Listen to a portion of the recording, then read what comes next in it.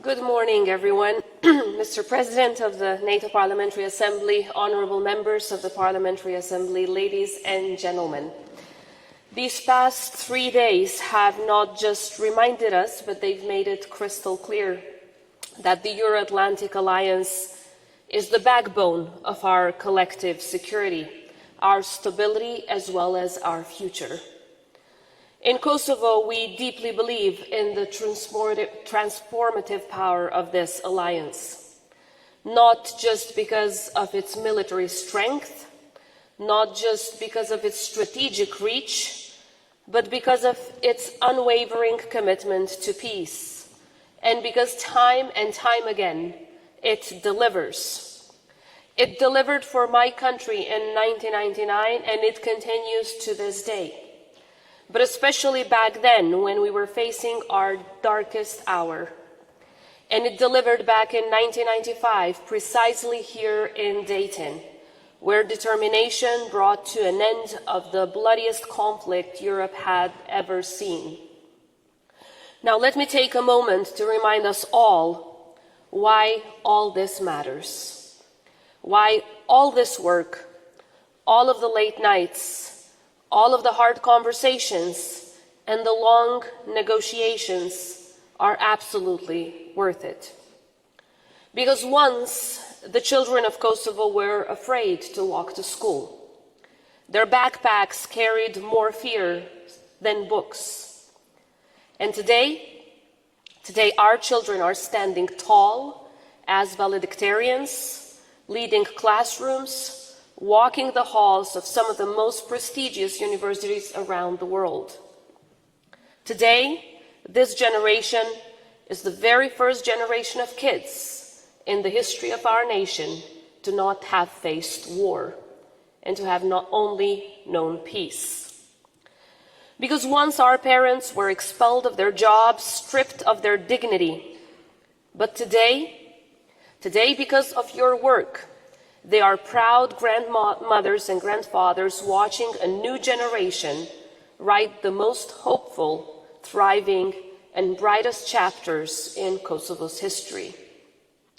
Because once the people of Kosovo and the people of Sarajevo risked their lives just to go and buy bread, to cross a street, but today those same streets are lined with music, film, art, as we could see from the Sarajevo Symphony last evening, and we all welcome the world to some of Europe's most vibrant cultural festivals.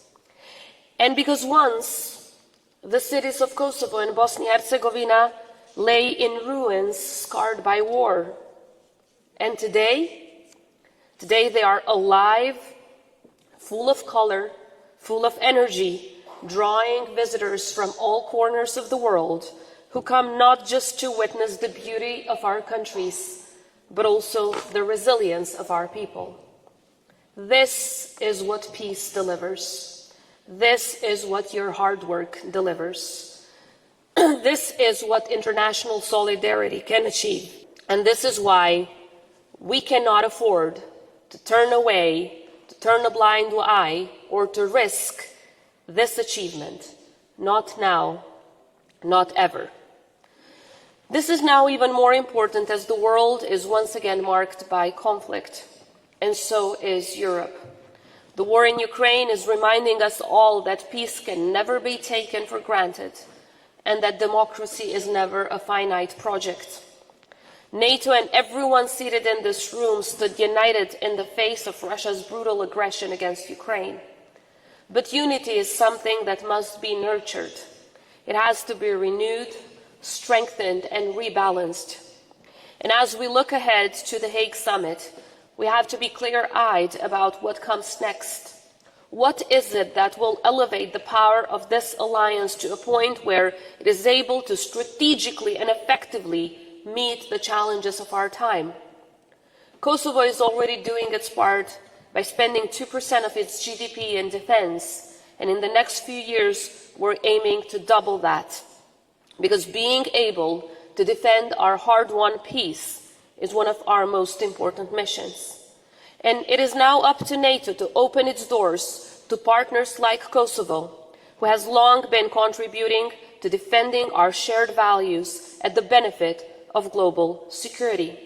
So the same way that our beautiful flag is standing right there through our membership in the NATO Parliamentary Assembly, I do hope that the same will happen when it comes to membership in the NATO alliance. Dear colleagues, the road to peace is never easy. We've learned it the hard way.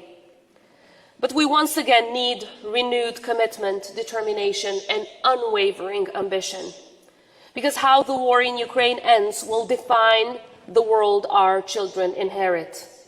It is our responsibility to ensure that world is one where strength defends peace, not power for its own sake. And if there's one lesson we've learned from history, is that aggression should never be rewarded. Aggressors should never be rewarded. Just and lasting peace is the only resolution that upholds the rules-based international order. But before I close, I must say this. Peace is never just the silence of guns. It is the will to live together, not apart.